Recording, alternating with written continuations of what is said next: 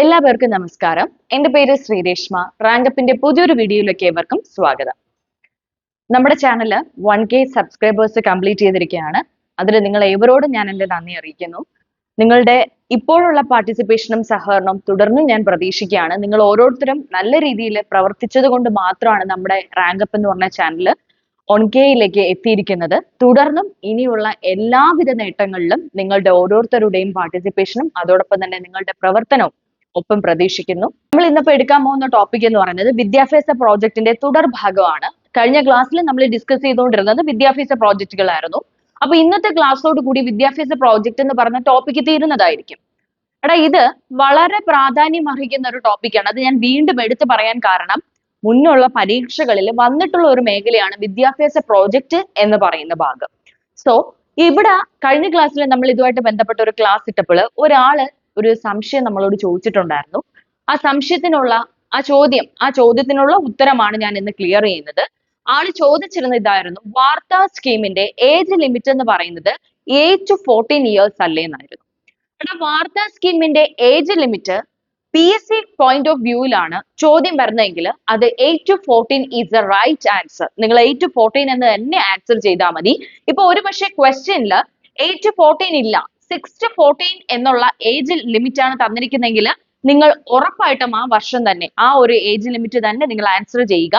കാരണം വാർത്താ പദ്ധതി പറയുന്നത് 6 തൊട്ട് 14 വയസ്സ് വരെയുള്ള കുട്ടികൾക്ക് സൗജന്യ നിർബന്ധിതമായിട്ടുള്ള വിദ്യാഭ്യാസം കൊടുക്കുക എന്ന് വാർത്ത പറഞ്ഞിട്ടുണ്ടായിരുന്നു. അതിൽ പറയുന്നത് the first 5 year for the juniors and the second 3 year for seniors എന്നായിരുന്നു ആ പദ്ധതിയുടെ 6 to 14 years എന്ന് പറഞ്ഞ ഏജ് ലിമിറ്റിൽ വാർത്ത പറഞ്ഞിരുന്നത്. നാലാമത്തെ വിദ്യാഭ്യാസ പ്രോജക്റ്റിലോട്ട് നമുക്ക് പോകാം. നാലാമത്തെ വിദ്യാഭ്യാസ പ്രോജക്റ്റിന്റെ പേരാണ് രാഷ്ട്രീയ ആവിഷ്കാർ അഭിയാൻ.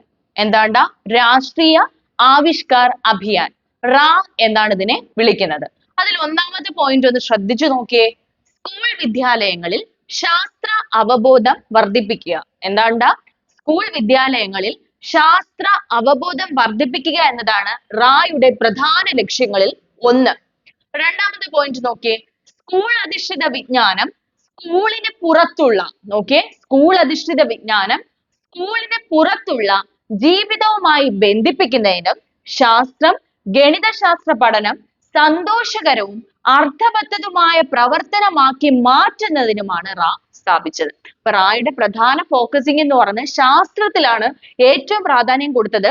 അതുകൂടാതെ തന്നെ ശാസ്ത്ര വിഷയത്തോടൊപ്പം തന്നെ ഗണിതശാസ്ത്ര സംബന്ധമായ വിഷയങ്ങളിലും മുൻതൂക്കം കൊടുത്ത് പ്രവർത്തനങ്ങൾ നടപ്പിലാക്കുക എന്ന ലക്ഷ്യത്തെ കേന്ദ്രീകരിച്ചാണ് നമ്മുടെ റാ വന്നത്. മൂന്നാമത്തെ ലക്ഷ്യത്തിലേക്ക് പോവാം. ശാസ്ത്രം ഗണിതശാസ്ത്രം സാങ്കേതിക വിദ്യ ഉപയോഗം ഈ മേഖലയിൽ കഴിവുള്ളവരെ പ്രോത്സാഹിപ്പിക്കുക. അപ്പൊ ഏതൊക്കെ വിഷയങ്ങളിൽ കഴിവുള്ളവരെ പ്രോത്സാഹിപ്പിക്കുക എന്നാണ് റാ പറയുന്നത്? ശാസ്ത്രം ഗണിതശാസ്ത്രം സാങ്കേതിക വിദ്യ ഈ പറയുന്ന വിഷയങ്ങൾ ഉപയോഗിക്കാൻ കഴിവുള്ളവരെ കഴിവതും പ്രോത്സാഹിപ്പിക്കുക എന്നതാണ് നമ്മുടെ റായുടെ പ്രധാന ലക്ഷ്യം. അപ്പൊ റാ എന്തെന്ന് ചോദിച്ചു കഴിഞ്ഞാൽ സിംപ്ലി നിങ്ങൾ പറയുക, റായുടെ പ്രധാന ലക്ഷ്യം ശാസ്ത്ര വിഷയങ്ങളിലുള്ള കഴിവുകൾ അല്ലെങ്കിൽ ശാസ്ത്ര വിഷയത്തെ പ്രോത്സാഹിപ്പിക്കുക എന്നതാണ്. അതുകൂടാതെ തന്നെ ശാസ്ത്രം ഗണിതശാസ്ത്രം സാങ്കേതിക വിദ്യ ശാസ്ത്രം ഗണിതശാസ്ത്രം സാങ്കേതിക വിദ്യ എന്നിവയിലുള്ള കഴിവുള്ളവരെ പ്രോത്സാഹിപ്പിക്കുക എന്നീ ലക്ഷ്യങ്ങളോട് കൂടി വന്ന ഒരു വിദ്യാഭ്യാസ പ്രോജക്റ്റ് ആണ് റാ. അടുത്ത programme global initiative of academic networks ആണ്. അതിനെ നമ്മൾ ഗ്യാങ് എന്ന പേരിലാണ് വിളിക്കുന്നത്. ഒന്നുകൂടെ പേര് ശ്രദ്ധിക്കുക, global initiative of academic networks ആണ്. ഇതെന്ന് പറഞ്ഞാൽ ഇന്ത്യയുടെ ശാസ്ത്ര സാങ്കേതിക ശേഷിയെ മികവിലേക്ക് എത്തിക്കുക, ശാസ്ത്ര സാങ്കേതിക ശേഷി വികസിപ്പിക്കുക എന്നീ ലക്ഷ്യങ്ങളിലെ മുൻനിർത്തി കൊണ്ടുവന്ന ഒരു പ്രോഗ്രാമാണ് ഗ്യാൻ എന്ന് പറയുന്നത്. വിഭവങ്ങൾ അതുകൂടാതെ തന്നെ ഗുണനിലവാരമുള്ള ഒരു അവസ്ഥയിലേക്ക് കൊണ്ടെത്തിക്കുക, അതോടൊപ്പം തന്നെ നമ്മുടെ സാങ്കേതിക വളർച്ചയെ ത്വരിതപ്പെടുത്തുക എന്നീ ലക്ഷ്യങ്ങളോടുകൂടി പ്രവർത്തിച്ച ഒരു പരിപാടിയാണ്, ഒരു പ്രോജക്റ്റ് ആണ് global initiative of academic networks എന്ന് പറയുന്നത്. അടുത്ത പ്രോഗ്രാം ആണ് സ്കൂൾ ചലോ എന്ന് പറയും. ഈ പ്രോഗ്രാമിന്റെ പ്രധാന ലക്ഷ്യം എന്ന് പറയുന്നത് വിദ്യാർത്ഥിനികൾക്ക് സൗജന്യമായിട്ടുള്ള വിദ്യാഭ്യാസം നൽകുന്നതിനും അതോടൊപ്പം തന്നെ പാഠ്യേതര പ്രവർത്തനങ്ങളിൽ പങ്കെടുപ്പിക്കുന്നതിനും തെക്കൻ കാശ്മീരിലെ ഇന്ത്യൻ ആർമി രൂപീകരിച്ച പുതിയ ദൗത്യത്തെ വിളിക്കുന്ന പേരാണ് സ്കൂൾ ചലോ. സ്കൂൾ ചലോ എന്ന് പറഞ്ഞ പദ്ധതിയുടെ ലക്ഷ്യം എന്ന് പറഞ്ഞാൽ സൗജന്യമായിട്ട് വിദ്യാഭ്യാസം നൽകുക, പാഠ്യേതര പ്രവർത്തനങ്ങളിൽ കുട്ടികളെ പങ്കെടുപ്പിക്കുക, ഈ പറയുന്ന ലക്ഷ്യങ്ങളെ മുൻനിർത്തി കൊണ്ടുവന്ന ഒരു വിദ്യാഭ്യാസ പ്രോജക്റ്റിനെ വിളിക്കുന്ന പേരാണ് സ്കൂൾ ചലോ. അടുത്ത വിദ്യാഭ്യാസ പ്രോജക്റ്റ് ആണ് സ്വച്ഛ് ഭാരത് മിഷൻ എന്ന് പറയും. സ്വച്ഛ് ഭാരത് മിഷൻ 2014 ഗാന്ധി ജയന്തി ദിനത്തില് ഈ വൃത്തിയും വെടുപ്പുമുള്ള ഇന്ത്യ എന്ന സന്ദേശവുമായി ബന്ധപ്പെടുത്തി ഭാരത സർക്കാർ നടപ്പിലാക്കിയ ഒരു പദ്ധതിയാണ്. നടപ്പാക്കുന്ന ഒരു പഞ്ചവത്സര പദ്ധതിയാണ് സ്വച്ഛ് ഭാരത് മിഷൻ എന്ന് പറയുന്നത്. ഈ പരിപാടിയുടെ ഭാഗമായിട്ടാണ് ഗാന്ധി ജയന്തി ദിനം എന്ന് പറയുന്നത് ആദ്യമായിട്ട് പ്രവൃത്തി ദിനമായിട്ട് മാറ്റുന്നത്. എടാ, ഈ സ്വച്ഛ് ഭാരത് മിഷൻ പദ്ധതിയെ കേന്ദ്രീകരിച്ചുകൊണ്ട് കേരളത്തിൽ നടപ്പിലാക്കിയ ഒരു പദ്ധതിയെ വിളിക്കുന്ന പേരാണ് ശുചിത്വ മിഷൻ എന്ന് പറയും. ശുചിത്വ മിഷൻ എന്ന് പറയുന്ന പദ്ധതി എന്ന് പറയുന്നത് സ്വച്ഛ് ഭാരത് മിഷനെ ആസ്പദമാക്കിക്കൊണ്ട് കേരളത്തിൽ നടപ്പിലാക്കിയ ഒരു പദ്ധതിയെ വിളിക്കുന്ന പേരാണ് ശുചിത്വ മിഷൻ എന്ന് പറയുന്നത്. അടുത്ത വിദ്യാഭ്യാസ പ്രോജക്റ്റ് ആണ് സ്വസ്ഥ് ബച്ചേ സ്വസ്ഥ് ഭാരത്. ഇതിന്റെ ലക്ഷ്യങ്ങൾ നമുക്ക് നോക്കാം. കേന്ദ്രീയ വിദ്യാലയത്തിൽ പഠിക്കുന്ന 12 ലക്ഷത്തിലധികം കുട്ടികൾക്ക് ഈ ഉദ്യമത്തിന്റെ ഭാഗമായി ശാരീരിക പോഷകാഹാരവും ഫിറ്റ്നസ് പ്രൊഫൈൽ കാർഡും ലഭിക്കുന്നു. അപ്പൊ മനസ്സിലായോ? ഈ പറയുന്ന നമ്മുടെ സ്വസ്ഥ് ബച്ചേ പ്രോഗ്രാമിന്റെ പ്രധാന ലക്ഷ്യം എന്ന് പറയുന്നത് കേന്ദ്രീയ വിദ്യാലയത്തിൽ പഠിക്കുന്ന കുട്ടികൾക്ക് 12 ലക്ഷത്തിലധികം കുട്ടികൾക്ക് ഇതിന്റെ ഭാഗമായിട്ട് ശാരീരിക പോഷകാഹാരവും അതുകൂടാതെ തന്നെ ഫിറ്റ്നസ് പ്രൊഫൈൽ കാർഡും ലഭിക്കുന്നു എന്നുള്ളതാണ് സ്വസ്ഥ് ബച്ചേ സ്വസ്ഥ് ഭാരത് എന്നതുകൊണ്ട് ഉദ്ദേശിക്കുന്നത്.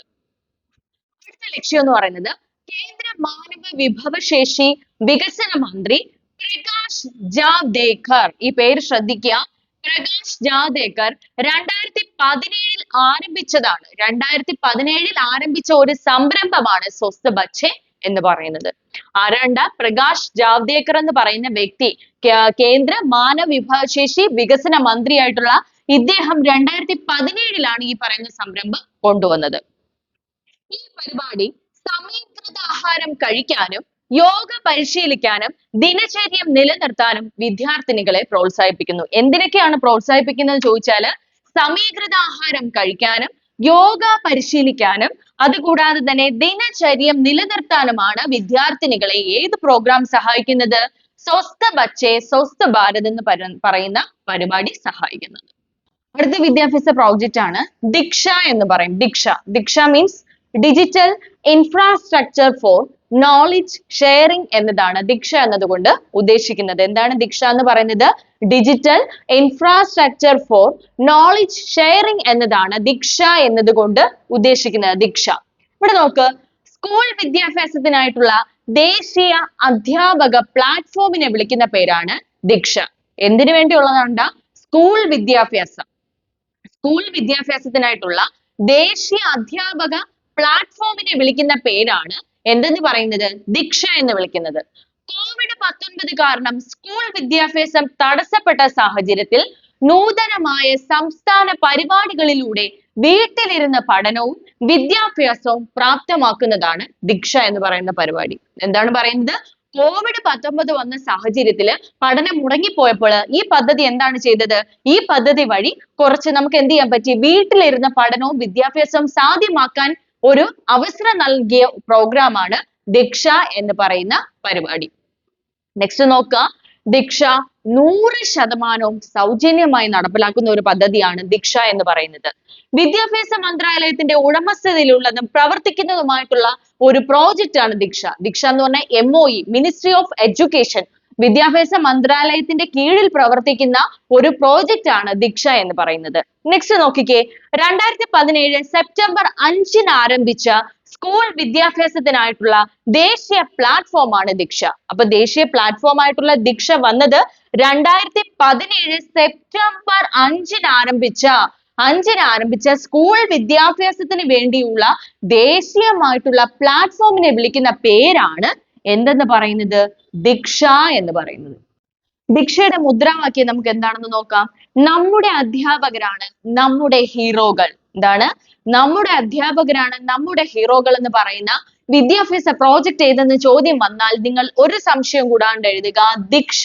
ദീക്ഷയാണ് പറയുന്നത് നമ്മുടെ അധ്യാപകരാണ് നമ്മുടെ ഹീറോകൾ എന്ന മുദ്രാവാക്യം ഏത് വിദ്യാഭ്യാസ പ്രോജക്റ്റിന്റേതാണെന്ന് ചോദിച്ചാൽ അത് ആരുടേതാണ്? ദീക്ഷയുടേതാണ്. ഓക്കെ, അപ്പൊ ദീക്ഷയുടെ എല്ലാ പോയിന്റ്സും നമ്മൾ തന്നിട്ടുണ്ട്. അപ്പൊ ദീക്ഷയിലെ ഏറ്റവും പ്രധാനമായിട്ടുള്ള ഒരു സംഭവമാണ് ദീക്ഷയുടെ മുദ്രാവാക്യം എന്ന് പറയുന്നത്. സോ ആ മുദ്രാവാക്യം കഴിവതും അവോയ്ഡ് ചെയ്യാണ്ട് പഠിച്ചു തന്നെ പോവുക.